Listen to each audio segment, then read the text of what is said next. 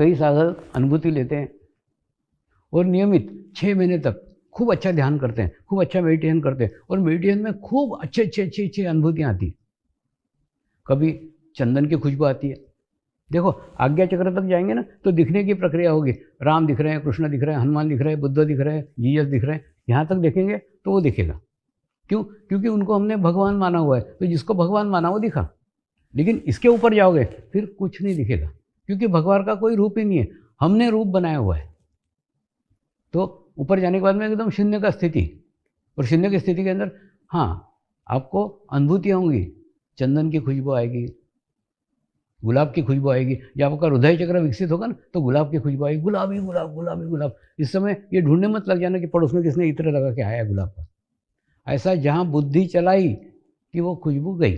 कभी चंदन की खुशबू आएगी, जब सहस्त्रार पहुँचो ना चंदन की खुशबू आएगी, तो उस समय मत देखना कि कौन चंदन का इत्र लगा के आया। तो ऐसा देखने जाओगे तो वो स्थिति भी चली जाएगी। घंटा नाद सुनाई आएगा, शंख नाद सुनाई आएगा, ब्रह्मनाद सुनाई आएगा। ये सब अनुभूतियाँ होंगी। लेकिन ये अनुभूतियाँ भी पड़ाव है,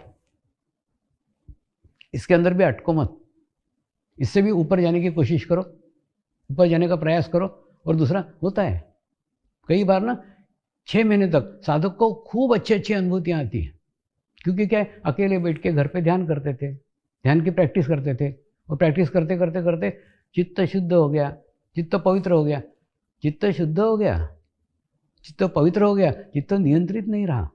तो क्या था, जो रामू भिखारी जैसी आदत थी, इसके दो ही देख, उसके दो ही देख, उसके दो ही देख, वो आदत नहीं गई। तो फिर क्या हो गया, 6 महीने के बाद में पूरा सत्यानाश हो गया, ध्यान लगना बंद हो गया।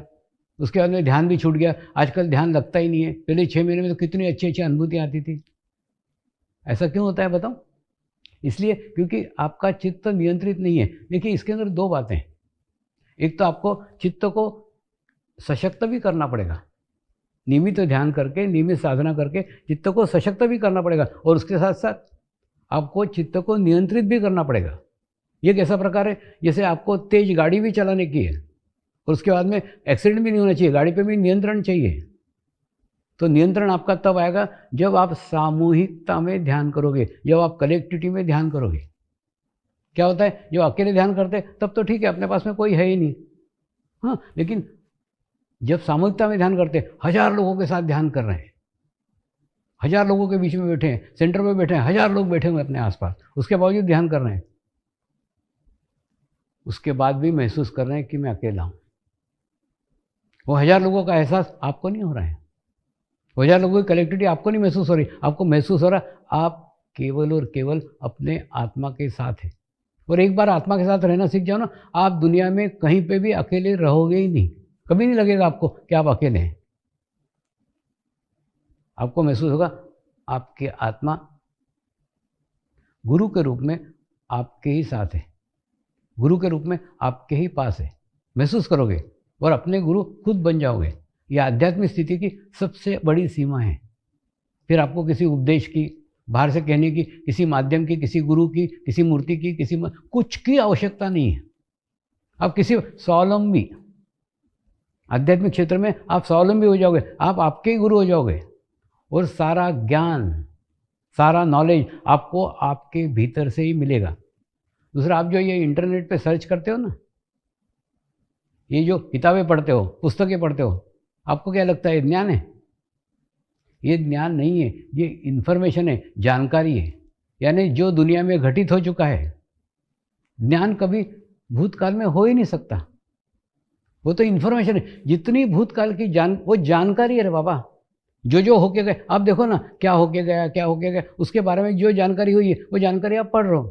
तो ज्ञान कहाँ है? ज्ञान तो अनुभूति है ना, वो तो आपको आपके अंदर से होगी। और वो प्राप्त होने के बाद में सारा ज्ञान आपको आपके भीतर से ही प्राप्त हो जाएगा। एक स्थान पर बैठ के दुनिया के किसी भी व्यक्ति के बारे में संपूर्ण जानकारी आप प्राप्त कर सकते हो। इतना बड़ा विशाल क्षेत्र योग का है। कितना बड़ा क्षेत्र है कि एक जगह बैठ करके आप दुनिया के कहीं भी जानकारी प्राप्त कर सकते हो। तो इतना बड़ा क्षेत्र योग का है। योगासन और केवल प्राणायाम योग नहीं है। तो योग वास्तव में एक जीवन की वो कला है, एक जीवन को एक अच्छे संचालित करने का मैनेजमेंट है। उसके अंदर डालो ना, तो आपका जीवन खूब व्यवस्थित रहेगा, सुखमय रहेगा, प्रसन्न रहेगा, खुश रहेगा, सकारात्मक रहेगा।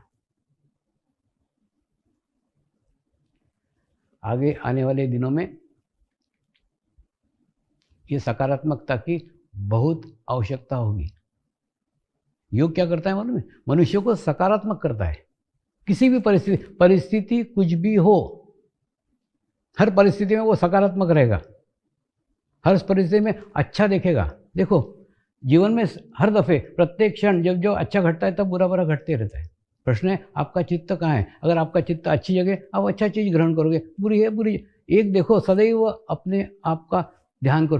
देखो, एकदम ना खूब आसान है। थोड़ी देर के लिए आप देखो ना, 1 मिनट शांत होकर के देखो, मैं कहाँ हूँ? तुम बराबर आप एकदम भीतर चले जाओगे, एकदम अंदर चले जाओगे। क्योंकि क्या है, सदैव हम अंदर नहीं रहते, या तो भूतकाल में रहते या भविष्य काल में रहते। लेकिन अंदर जाने की प्रैक्टिस, अंदर जाने का अभ्यास आप अपना रोज कर सकते हो ना। प्रत्येक क्षण देखा करो ना, आप कहाँ हो।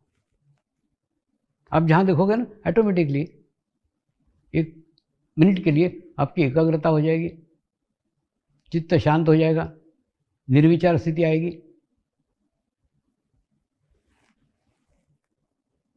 ध्यान ध्यान ध्यान कुछ नहीं है। वर्तमान में रहना, प्रेजेंट में रहना ध्यान है। आप कितना वर्तमान काल में रहते हो, कितना प्रेजेंट में रहते हो, वही ध्यान है। वो जितना आप अभ्यास करोगे, जितनी आप प्रैक्टिस करोगे, उतना ही वर्तमान में रहना धीरे धीरे धीरे धीरे धीरे धीरे सीख जाओगे। और जितने वर्तमान में रहोगे, उतना ही आपके भीतर से, उतना ही आपके अंदर से अनुभूति का ज्ञान प्राप्त होना प्रारंभ हो जाएगा। और अनुभूति का ज्ञान एक ऐसा ज्ञान है जो आपको कोई इंटरनेट से, आपको कोई पुस्तक से, आपको कोई बाहर से दे भी नहीं सकता और आप ले भी नहीं सकते। ये सारा ज्ञान, सारा नॉलेज आपको आपके भीतर से ही प्राप्त होगा, क्योंकि आप आपके ही गुरु हो जाएंगे। नियमित साधना, नियमित अभ्यास और सामूहिक अभ्यास, ये 2 ऐसे मार्ग हैं जिस पे ये समर्पण ध्यान की गाड़ी चलती है। यानी आप नियमित ध्यान करो और सामूहिक ध्यान करो। नियमित ध्यान करने से आपका चित्त सशक्त होता है और सामूहिक ध्यान करने से आपके चित्त पे नियंत्रण होता है। और दोनों ही आवश्यक है ना। चित्त को सशक्त करना भी आवश्यक है और चित्त को नियंत्रित करना भी आवश्यक है। दोनों आवश्यक है। ये दोनों ही धीरे धीरे धीरे धीरे होता है।